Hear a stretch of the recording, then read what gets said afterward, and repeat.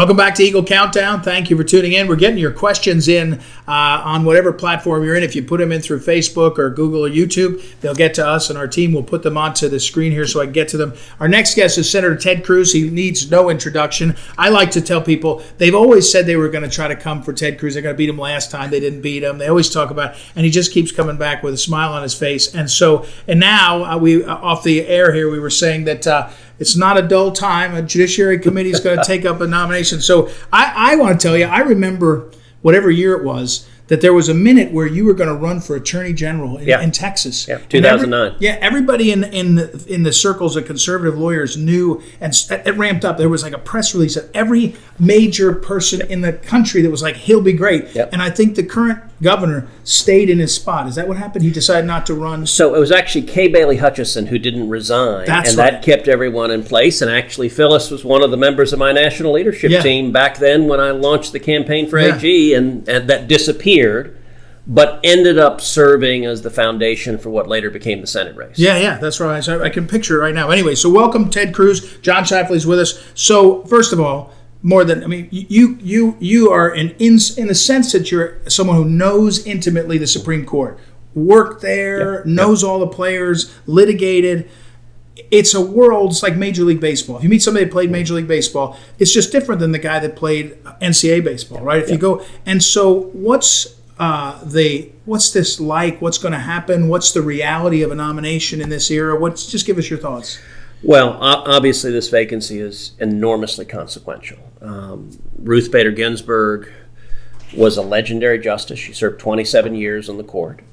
I argued in front of her 9 times. Wow. And my career before I was in the Senate, I was a Supreme Court litigator. That's what I did. And so I started my career as a law clerk for Chief Justice William Rehnquist. And so I got to be part of the court just fresh out of law school, and saw Justice Ginsburg was brilliant. Now, she was very much a woman of the left, and she voted with the left consistently for 27 years. This vacancy now poses an historic moment. And look, I desperately believe we can't screw this up. And it's, next week, actually a week from today, I have a book that's coming out that is entitled "One Vote Away: How a Single Supreme Court Seat Can Change History." Good timing. It is good timing, and it's all. Each chapter focuses on a different constitutional right. So there's a chapter on free speech. There's a chapter on religious liberty. There's a chapter on the Second Amendment. There's a chapter on life. There's a chapter on democracy. There's a chapter on U.S. sovereignty. And what it does is it tells war stories from cases that I litigated before the court, what was going on. And what is stunning is on issue after issue after issue, we're one vote away. We're one vote away from losing our fundamental freedoms, or one vote away from an enormously consequential victory for the Constitution. Either way, getting this nomination right matters, and we've got to do it. Wow, John, what are you thinking? Well, one vote away makes us think, Senator, that we sometimes lose one of our guys on the Supreme Court. Far too often. The other side never does. So, but with this new vacancy, we should finally, at long last, and it's been work of a lifetime, to solidify the Supreme Court as a pro-constitutionalist court. Because one is not enough. Why is that, though, what John said? Why is it the conservatives lose somebody? The liberals never do. They never get somebody who goes, I'll just have a deep thought and be conservative. So the final chapter of the book is all on this. It traces the history of... We'll do a book review. We're doing a book review, too. It traces the history of Supreme Court nominations, starting with Eisenhower. And if you look back in history, Democrats almost never get this wrong. They bat nearly 1,000. Virtually every nominee they put on the court votes exactly as the president who appointed them wanted them to. Republicans, at best, we bat 500, and it's probably not even that. And there's a pattern. If you look at the justices who really have honored their oath, who've been faithful to the Constitution, if you look at Antonin Scalia or Clarence Thomas or Sam Alito or William Rehnquist, they all have a similar pattern. They had all served in positions of leadership. They had defended the Constitution. They'd taken principled stands, and they'd been criticized. What I'm most interested in is when have you paid a price? When have you been pounded by the media, pounded by the left, and you didn't waver? Because where we get it wrong, over and over again, Republicans say, hey, there's someone who like David Souter, there's no record, he's never said anything, he's never done anything. Really good guy. Really but wink, wink, nudge, nudge, secretly deep down they're conservative, and 100% of the time that turns out to be a disaster. Yeah. I want to ask you, I know you were here a few minutes early, sorry to make you wait, but Congressman Heiss, I asked him this question. When Feinstein says to Amy Coney Barrett, the dogma runs deep in you, my point is it's a religious test, but also it's a political question. And I for 2 months have been saying, in lots of key places in this country, there's some people that look up and go, wait a second, I know what that you're coming for me, and I don't want to encourage this idea of victims, but that's a striking thing. Does that it's really a problem? Well, Judge Barrett is a Catholic and a devout Catholic, and when Senator Feinstein said that, it was on the Judiciary Committee on which I serve. It was a stunning thing to hear her say, because what she was saying is if you are a practicing Catholic, you can't serve as a federal judge. We saw a similar thing. Bernie Sanders said something very similar to Russ Vought, who's now the director of the Office of Management and Budget, who's an evangelical president. And Bernie Sanders, an evangelical, and a believing evangelical Christian, and Bernie said the same thing, which is just your faith is unacceptable. You know, the Constitution provides, in the text of the Constitution, that there can't be a religious test to serve in government. And yet, today's radical Democrats,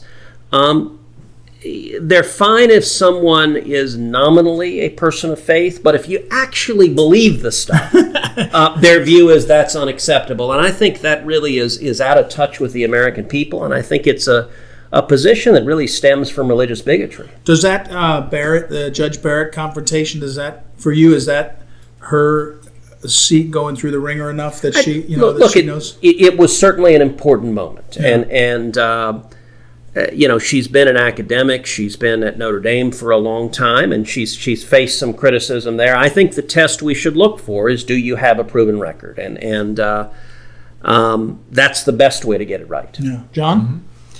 Well, she has a good record, although only 3 years on the Court of Appeals, and maybe that's not enough. Do you think that's enough to judge someone? Of course, you're on the list yourself, Senator Cruz, and that was, my mother, Phyllis Schlafly, commented that you would be a fine choice for the Supreme Court yourself. Well, John, thank you for that, and that's very kind of you to say and of her to say.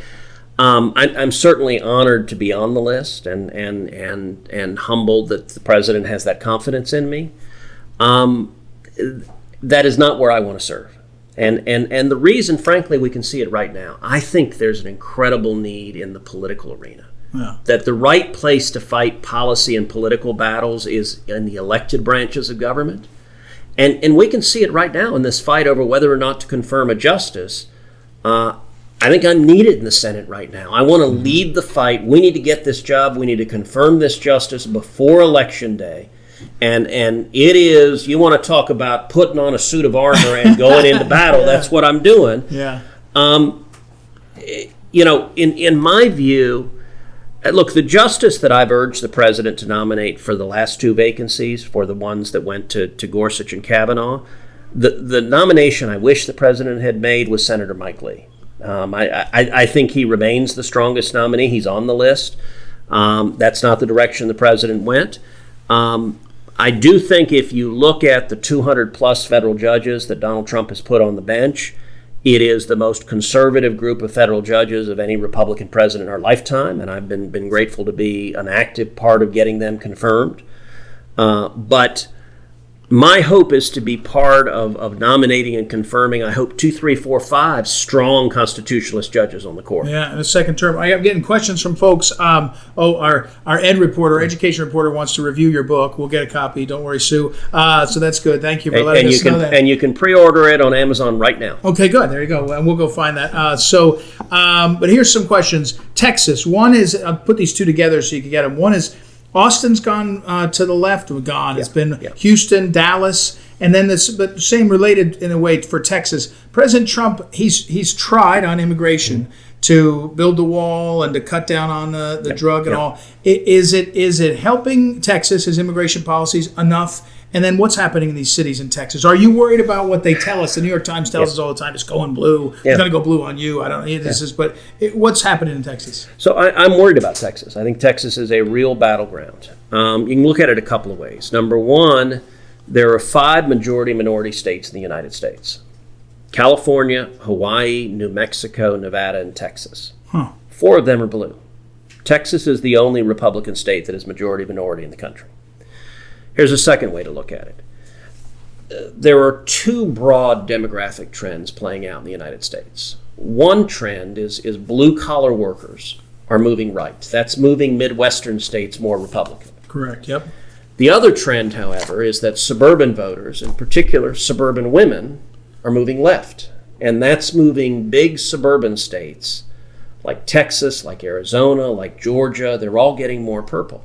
And that's actually an area where I think Eagle Forum plays an incredibly important role, but can continue to play a really important role. It is a lot of suburban women. What's turning Texas purple is the suburbs that used to be bright red have turned purple, and it's a lot of moms and grandmothers that have begun voting Democratic. And all of your members across the country making the case, in particular to women in the suburbs, why cutting taxes, cutting regulations, booming economy, defending the First Amendment, defending free speech and religious liberty, law and order and protecting the rule of law and stopping violence and anarchy, why that matters for you and your kids. That makes Texas a real battle, but it makes the whole country a real battle right now. Another question, what should the Senate do with Biden and the Ukraine thing? And is there time? Is there time really to do much? I don't think there's time for a whole lot. That was an issue we got into in great detail during impeachment. You may remember when on the first day of the impeachment trial, I launched a podcast called Verdict with Ted Cruz. And we did it every night. So we'd do the trial all day long, and the trial would end at 11 o'clock, midnight at night, and I'd get in a truck, head to the studio, and record it live that night. And it went from non-existent to it became the number 1 ranked podcast in the world. And we did a deep, deep dive on Ukraine and Biden and Burisma. And all of that podcast is still there. So for folks that are interested in it, go check out Verdict with Ted Cruz. And you can see the early episodes during the trial where we did a deep dive on that. I think at this point we're close enough to the election that the facts are what they are, and we're going to have to make the case with the voters really about competing policy visions for America. I think that's the path to winning. Right. Is what does the future look like under a second term of Donald Trump, which is what I very much hope happens, or God forbid, a Biden presidency, and even more dangerous, a Biden-Pelosi-Schumer government, which would be the most radical in our country's history, and they would do more damage in 2 years than Obama did in 8. Yeah, I think that's right. John, any thoughts here? And you haven't mentioned your colleague Kamala Harris. She's right in the thick of it. In fact, she referred to it as the Harris administration. But you've served with her on the Judiciary Committee, and she was not helpful, probably, I would say. And I think we will see an even greater circus environment when we have, in likely a couple of weeks, the confirmation hearing for the president's Supreme Court nominee. Kamala will be on the Judiciary Committee, and she will be, I expect, quite a show. If you remember Cory Booker's Spartacus moment, I expect it to be even crazier. Right. Look, if you look at today's Democratic Party, they are captured by the far left. They're being driven by the angry radicals. You've got Kamala, you've got AOC and Bernie Sanders and Elizabeth Warren. That's who's setting the agenda. That's who they're listening to. It's not, there are no moderate Democrats left. There are no conservative Democrats left. It is the angry mobs in the street that are setting the tone and the agenda. It's why I just came from debating Chuck Schumer on the Senate floor, where they're declaring their intention to pack the Supreme Court. If they take a majority, they want to add 2 or 3 or 4 justices to the court immediately. Even FDR, at the height of his power with massive Democratic majorities in both houses, when FDR tried to pack the court, his own party rejected him. The difference is today's Democrats, I think, would go along with Schumer in packing the court, and it just shows how radical they are. The other through line for our Eagle Countdown, we title is America on the Brink. We're on the brink of a big election. We're on the brink of this violence we see. We're on the brink of all these things we're feeling. Schools are back. Your father, schools are back in, and it's chaotic and uneven and all. What do you tell people the next 40 plus days about, not just what's at stake, what they should be for and doing and feeling as we go through this? Maybe now you're going to watch these hearings in the Judiciary Committee, how people can help besides praying for you, but what can people think about these next 40 days? Look, I think prayer is incredibly important. I think speaking out, getting engaged, and encouraging your friends and neighbors to be active. And it's what Eagle Forum has such a great tradition of doing is putting action, not just empty words, but action to mobilizing the grassroots. And this election, I think Republicans win if this is a battle of ideas. If we are contrasting the blessings of the American free enterprise system to the disaster that is socialism, we win. If we are contrasting the rule of law and the Constitution and Bill of Rights and our fundamental liberties to the radical lawlessness and anarchy of the angry left, we win. Mm-hmm. And so my advice to the president has been to focus on those competing visions and how people's lives are better with the incredible record of success and accomplishments we've had the last 4 years.